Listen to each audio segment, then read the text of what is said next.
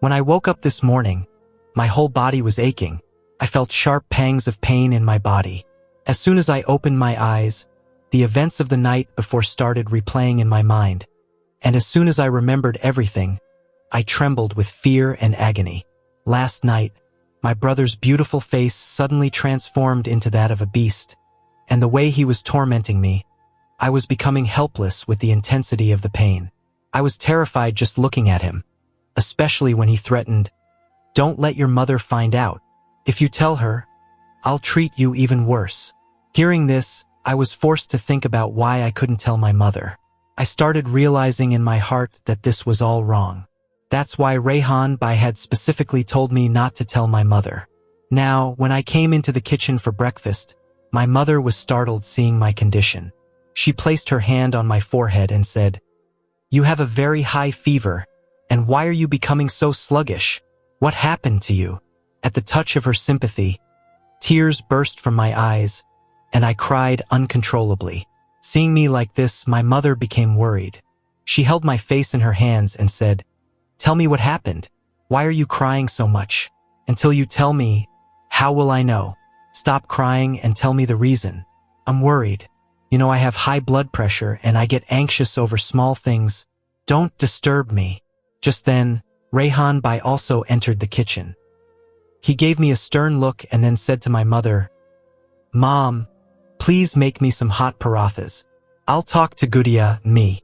He placed his hand on my head and, glaring at me in anger, said, "What's the matter? Why are you crying?" My mother had her back turned to us, busy rolling out the parathas. I barely managed to swallow the lump in my throat and said, "I have a fever, and I don't feel like going to school today. That's why I'm crying. My mother doesn't allow me to take a day off, and today I really don't want to go to school." This timely excuse worked, and my mother smiled and said, "I'm not a cruel mother who would send you to school while you're sick. If you're not feeling well, you can take the day off." She continued, "I'll take you to the doctor myself so you can get better quickly. Your 9th grade exams are coming up. Your teachers have said that you've become very lazy with your studies. If this continues and your grades drop, it will be hard for you to get admission anywhere. You know how badly I want to make you educated and capable." She continued, "These 3 boys didn't listen to me. They avoided studying. Now, we have placed all our hopes in you. So won't you live up to my expectations?" I nodded in agreement, and then the other 2 brothers came in for breakfast. Afterward, they all left for work, and my mother told me, "Today I have to attend a funeral. I will try to return by evening, so I'm taking you to the doctor now because after I leave, you'll have to look after the house. If you're still unwell, how will you manage?" Listening to her, I became anxious and said, "Please come back home before evening. Without you, I will be scared when I'm alone." My mother laughed and then said, "Your 3 brothers and your father are also at home. With their presence, you have no reason to be scared." But when I started insisting, my mother agreed and said, "Okay, I will try to come home early." True to her promise, my mother came home in the evening, and seeing that, I let out a sigh of relief. I really wanted to sleep with her tonight, so I insisted and kept her with me. My mother also laid down with me on the bed. It was midnight when I woke up with a strange feeling. I began to feel the same painful sensation I had felt yesterday. I felt ants crawling all over my body. Suddenly, the intensity of the pain made me open my eyes, and once again, the horrifying truth was in front of me. I couldn't escape from it, no matter how hard I tried. Gradually, all my resistance faded away. My tears soaked into the pillow, and I became still, sobbing quietly. This started happening every other day. I no longer had the strength to get up and walk from one place to another. My mother took me to the doctor. He glanced at me casually and gave me some medicine, saying, "Girls of this age don't take care of their diet. They are always focused on studies, and that's why their health deteriorates. You should take special care of her diet, and she will get better." But what did the doctor know about the torment I was going through? I couldn't tell my mother either. Rayhan Bai used to threaten me, saying that he would drop me in a dark forest, where black snakes and cobras would be, and there would be many wolves who would tear me apart and devour me. I was only a 14-year-old girl, but the way he spoke scared me, and unwillingly, I was forced to keep quiet. I had been taking many days off from school, which made my mother very worried about how much it was affecting my studies. One day, Rayhan Bai was in my room when suddenly, there was a knock at the door. When I looked, Zain Bai was standing there. He was looking inside in disbelief. He angrily said to Rayhan Bai, "I've been noticing for days that you leave the room at night.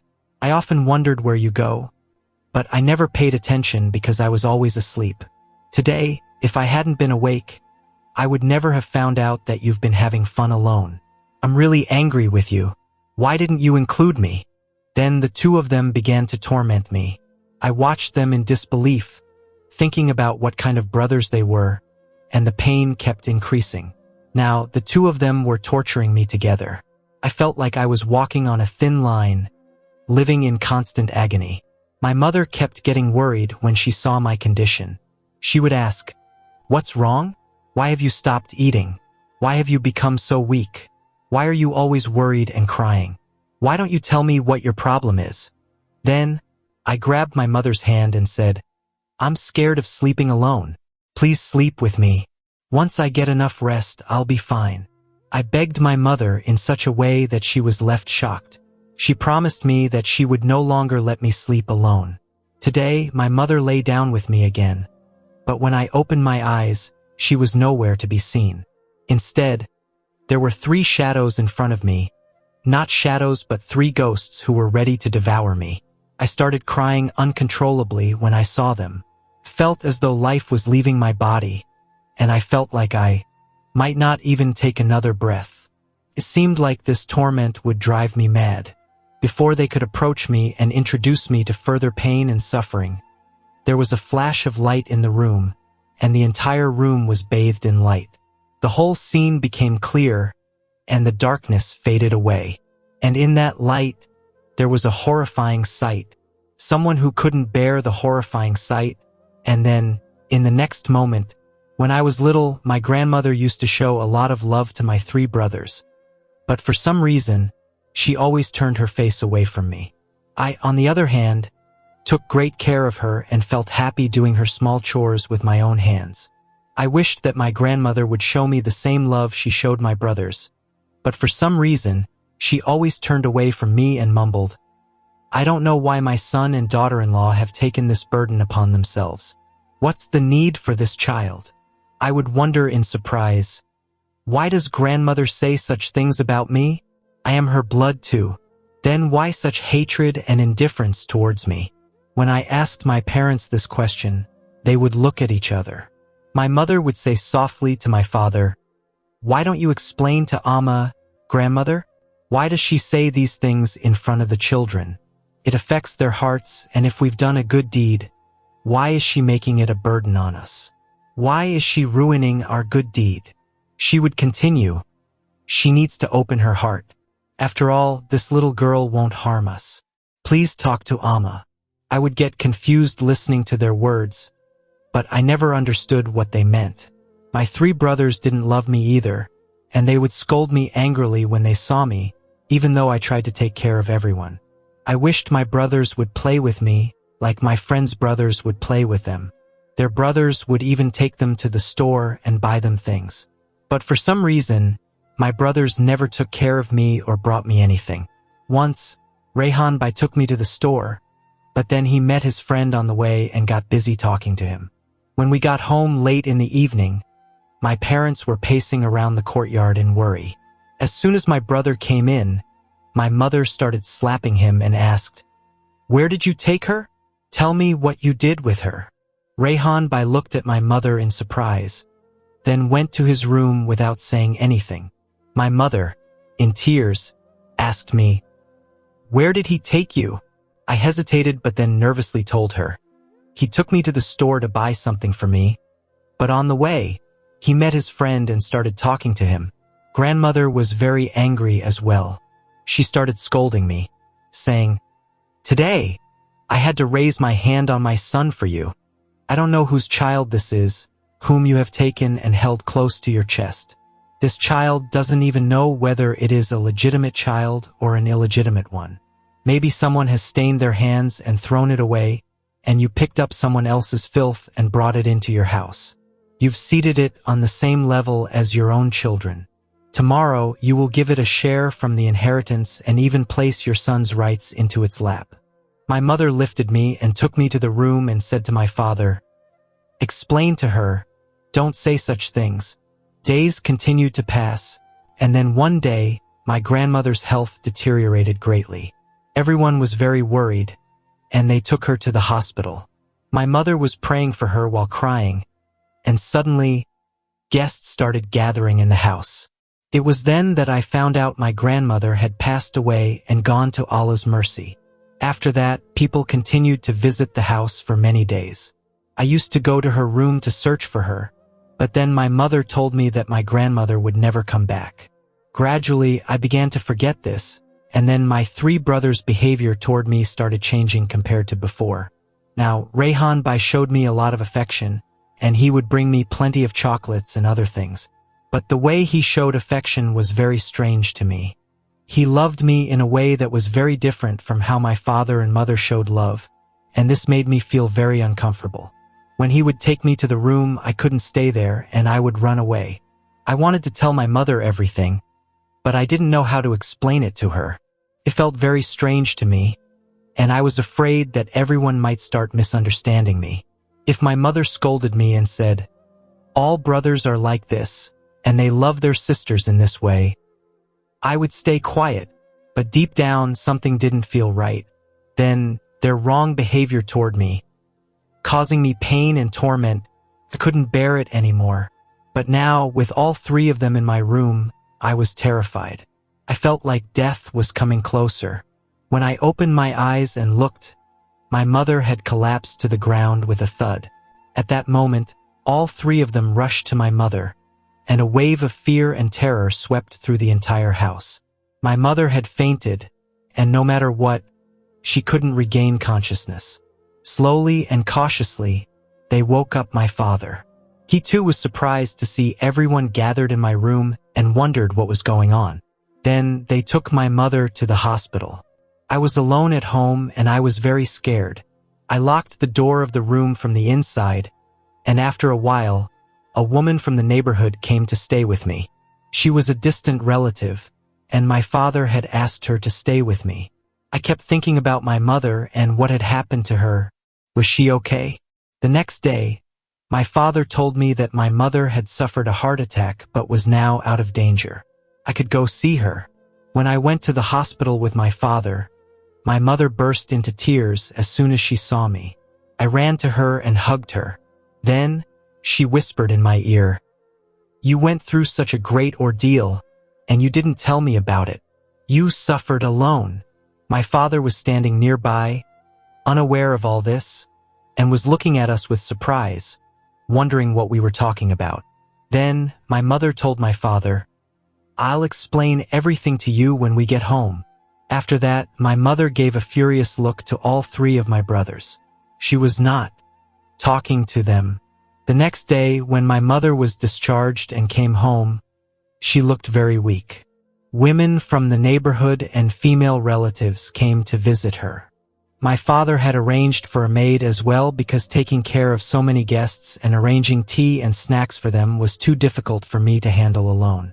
At night, when everyone started to lay down to sleep, my mother pulled me close to her, and my father was even surprised that my mother wouldn't leave me alone for a single moment. For many days, guests kept coming to the house. There were many guests who stayed the night as well, so we didn't have the chance to talk amongst ourselves. The 3 brothers were hiding in corners, and they never came in front of me or my mother after returning home. My father couldn't understand what was going on. After a few days, when the guests stopped coming and my mother's health had improved, my father said, "Finally, tell me the truth about all this. What kind of riddle is this? What game are you all playing? You're gonna make me go crazy. What is going on? Can someone tell me?" Then my mother, while crying, told my father everything. She then said to me, "Why didn't you tell us all this? How long has this been happening to you?" I was ashamed to talk about it in front of my father, But I told my mother everything, that Rayhan Bai had started this behavior a long time ago. My father looked at me in disbelief. Then my father called all three of my brothers into the room and asked them about it. They lowered their heads in shame. My father was very angry with them, and he was so furious that he felt like shooting them. Then my mother made a revelation to me, and I was left stunned.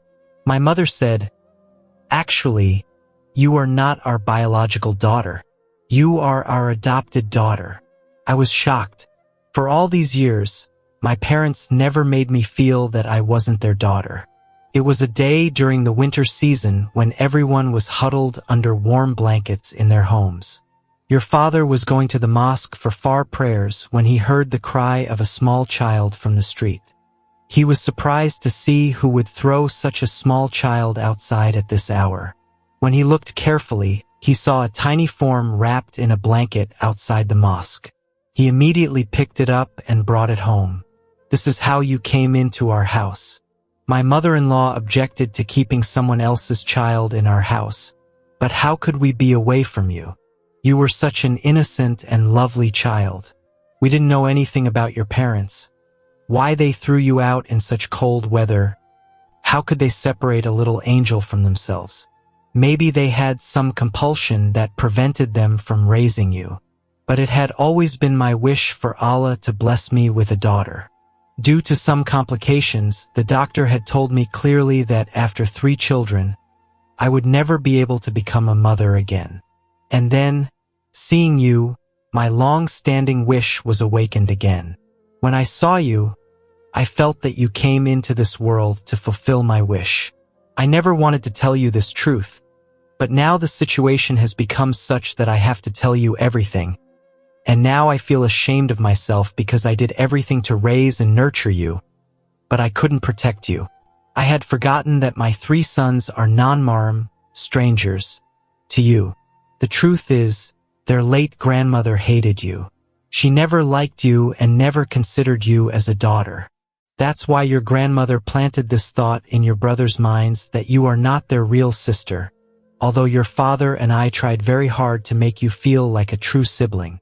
But what your grandmother whispered in your brother's ears at a young age showed its effects.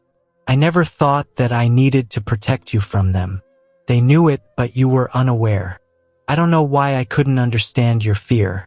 I should have told you from the start to be cautious around them, but I made the mistake of keeping you unaware of all this. However, it's not too late.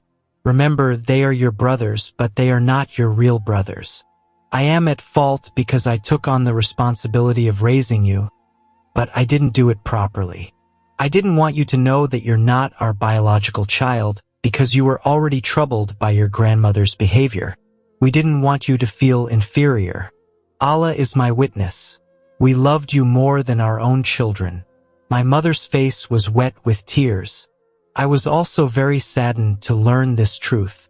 Then my mother hid me under her wings.